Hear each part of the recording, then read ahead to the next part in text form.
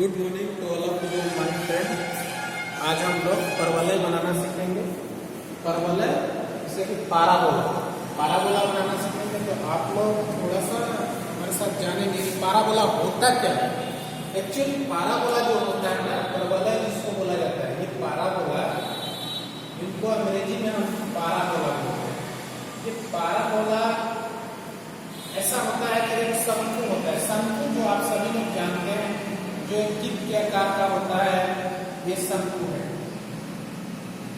शंकु, इस शंकु को जब काट दिया जाता है, ये काट दिया जाता है, ये जो बनता है दैट इज पाराबोला।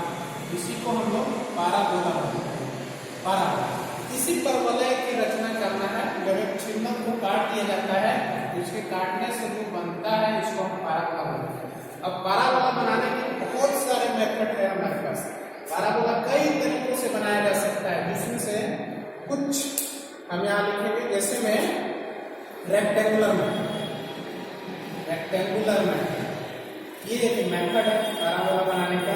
दूसरा अगर हम कहें तो टेंजेंट मेथड, इसको हिंदी में हम बोलते हैं स्पर्शी विधि। रेक्टेंगुलर मेथड, जबकि आप लोग जान रहे हैं कि आयत विधि। रेक्टेंगुलर मेथड मतलब आयत विधि। टेंजेंट मेथड और ट्रायंगुलर मेथड दोनों एक ही चीज होता है, triangular method.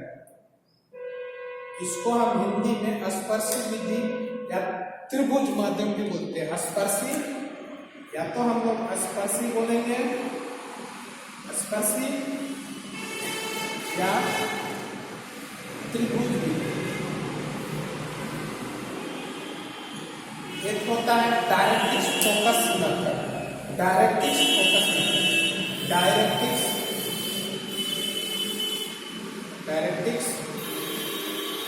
Focus ordinate method.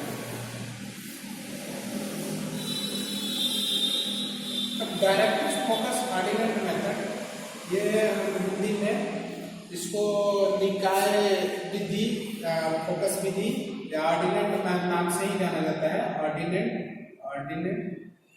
विधि द्वारा ही जाना जाता है, ऑर्डिनेट विधि द्वारा। तो ये हमारा कुछ प्रकार है जिससे हम बनाया जा सकता है पाराबोला को। अब हम इसमें से एक सबसे पहला जो हमारा है रेक्टेंगुलर मेथड।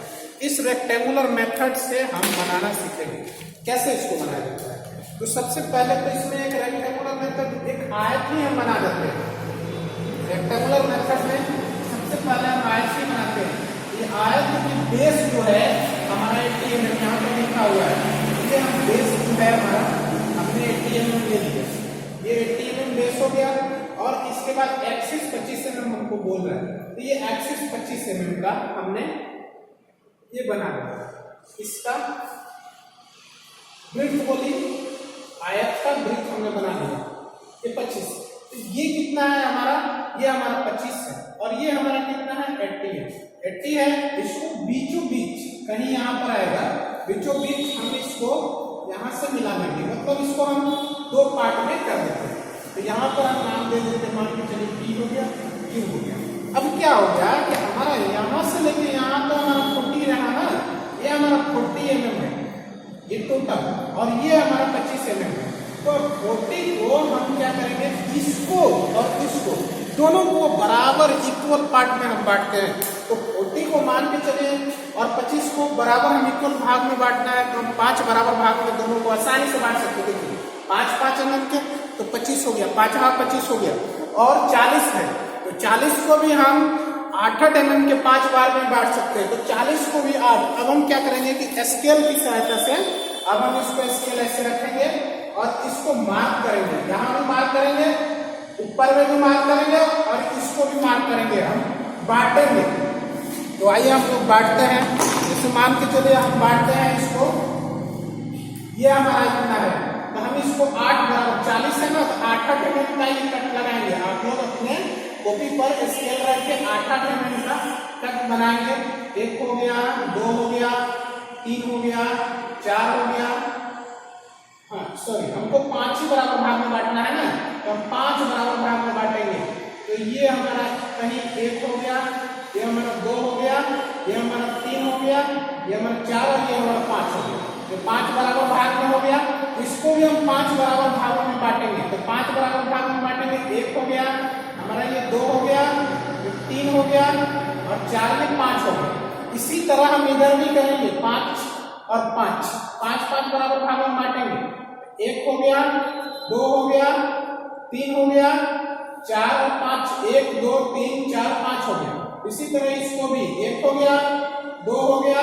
ये स्केल को रख के ही करेंगे, हमारा ये स्केल रखा हुआ रहेगा और स्केल को रख के इसको 5 बराबर भागों में बांटना। 25 से 5 एलिमेंट को लेना है। 3 हो गया,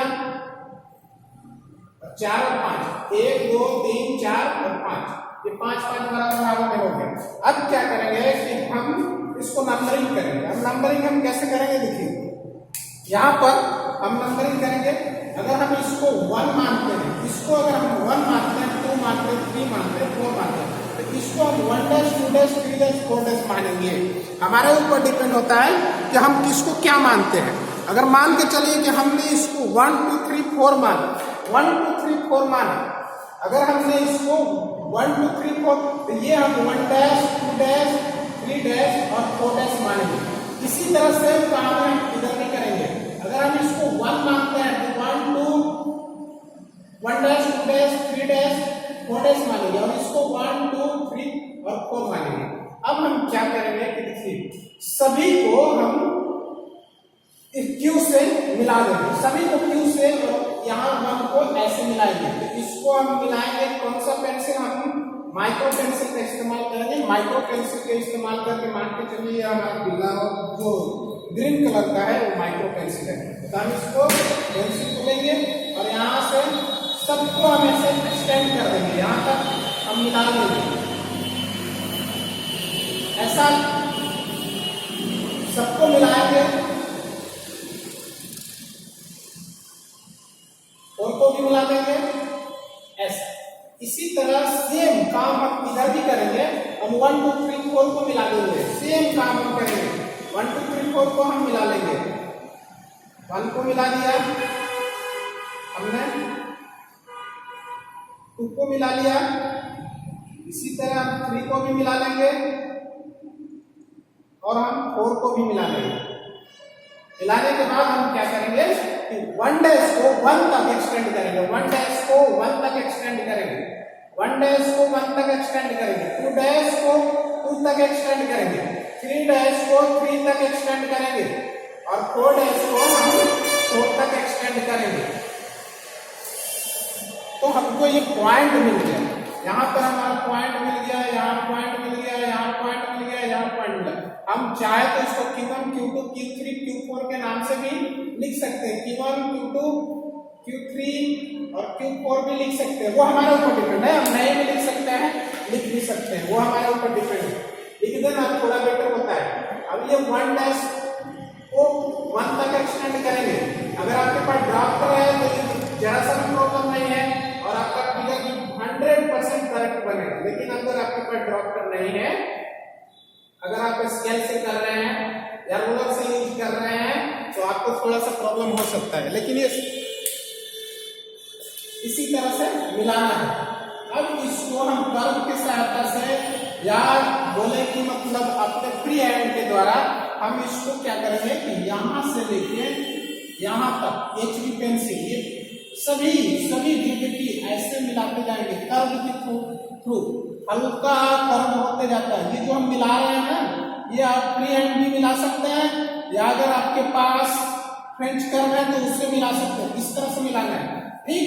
इधर भी आपको वही करना है, यहाँ से लेके आपको यहाँ एक्सटेंड करते जाना है, एक्सटेंड करते जाना है। आपको सभी के सभी पॉइंट लेके यहाँ तक आना है। ये आपका जो बना पाराबोला, इसी को पाराबोला बोलते हैं, ब्रिटिश पाराबोला। अब ये आप लिख भी सकते हैं, यहाँ पर HB पेंसिल के सहायता से लिखेंगे। लेकिन ये जो लाइन है आप माइक्रो पेंसिल का इस्तेमाल करके 10 mm के नोट डालेंगे या 5 mm के लेके ऐसे, और इसमें आप पाराबोला लिख सकते हैं। पाराबोला खूब ज्यादा अच्छा लिखना है तो आप ये भी लिख सकते हैं पाराबोला बाय रेक्टेंगुलर मेथड, ये भी आप लिख सकते हैं। लेकिन अगर पैराबोला भी लिखते हैं तो कोई दिक्कत नहीं, पैराबोला बाय रेक्टेंगुलर मेथड यही होता है। थैंक यू वीडियो देखने के लिए, और अगला कुछ नया सीखने के लिए हमारे चैनल को लाइक कीजिए, सब्सक्राइब कीजिए। Thank you.